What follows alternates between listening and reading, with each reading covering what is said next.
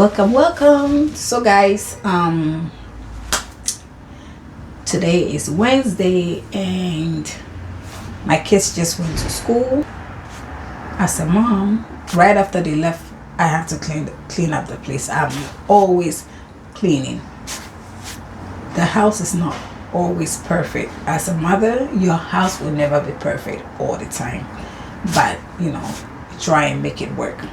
So I'm about to clean this place and see what happened for the rest of the day. Yeah, I just twisted my hair yesterday. I twisted it, put it in a twist, wash it and put it in a twist. For now, I don't know what I'm gonna do, but something needs to be done about this hair.